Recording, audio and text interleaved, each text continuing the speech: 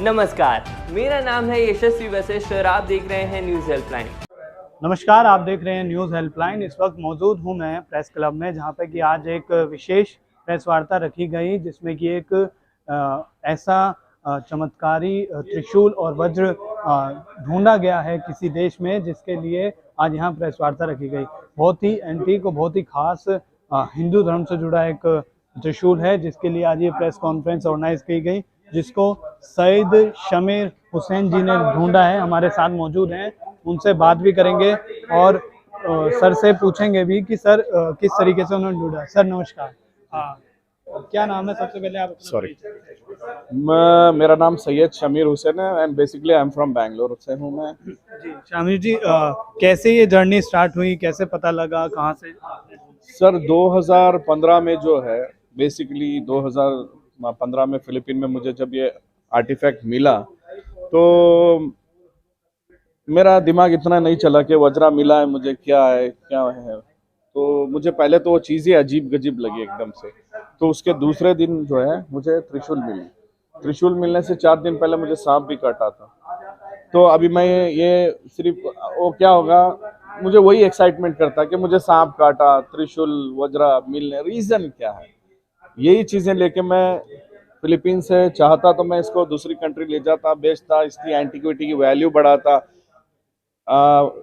इसको एंटिक हिसाब से देखता। एंटिक हिसाब से नहीं देखा सर, मैं दुबई ले गया बेचने, मैं सोचा दुबई में बेच देंगे, मगर मुझे भावना जो खींच रही थी, क्योंकि कितना भी करो है तो हिंदुस्तानी ही हो ना, सही है ना, कुछ ना कुछ तो खींचेगी। अब ये एक ऐसा होगा ना कि एक मेरे एक हिंदू भाई की चीज़ ले जाके मैं दूसरों को, किसी को दूसरी दुनिया में बेच दूँ, ऐसा नहीं होगा।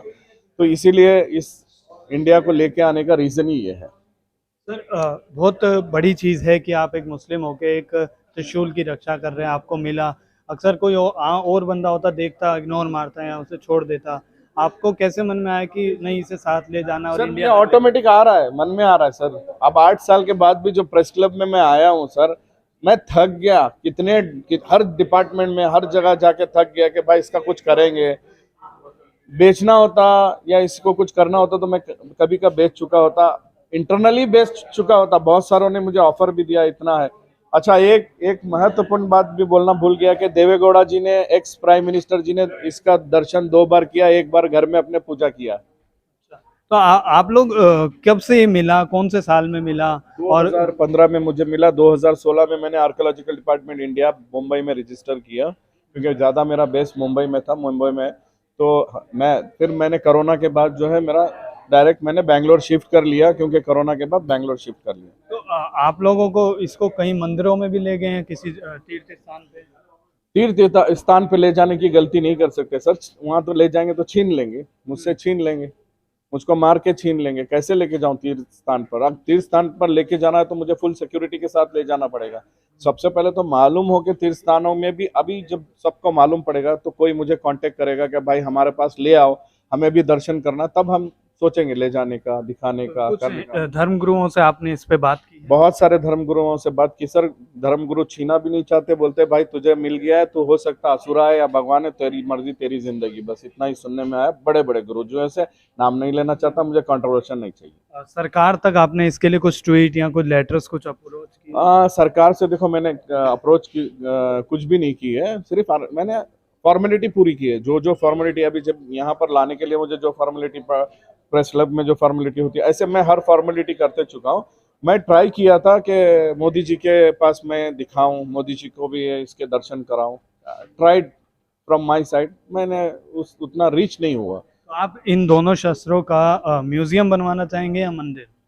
सर म्यूजियम बनवा के क्या फ़ायदा है?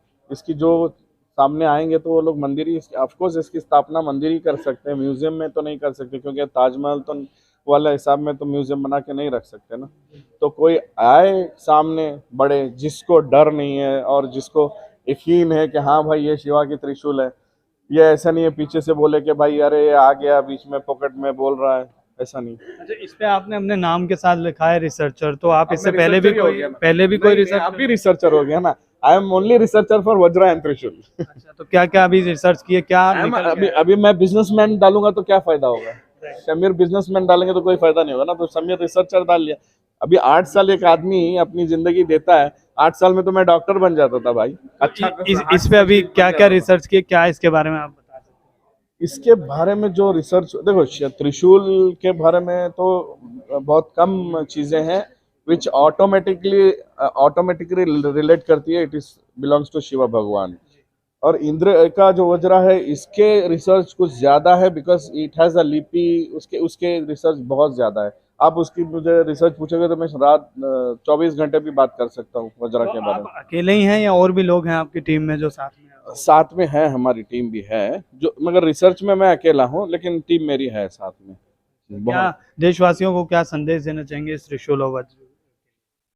बस अभी क्या, let them see that what Kohinoor से मैंने बताया ना, यही बोलना चाहता हूँ कि अब हमारे पास कोहिनूर की जरूरत नहीं है। कोहिनूर से बड़ी चीज इस दुनिया की सबसे नायाब चीज हमारे पास है, बस इतना बोल सकता हूँ। बहुत बहुत शुक्रिया हमारे साथ सईद आमिर जी, हुसैन जी जुड़ने के लिए। और जैसा कि उन्होंने बताया, त्रिशूल के बारे में जानकारी दी और वज्र के बारे में जानकारी दी। बेहद ही महत्वपूर्ण ये दोनों ही चीज़ें रहने वाली हैं। अब देखना होगा कि सरकार इस पर किस तरीके से रिएक्ट करती है और धर्मगुरु इस पर क्या प्रतिक्रियाएं अपनी देने के लिए सामने आते हैं। दिल्ली से पवन कुमार जुनेजा, न्यूज़ हेल्पलाइन।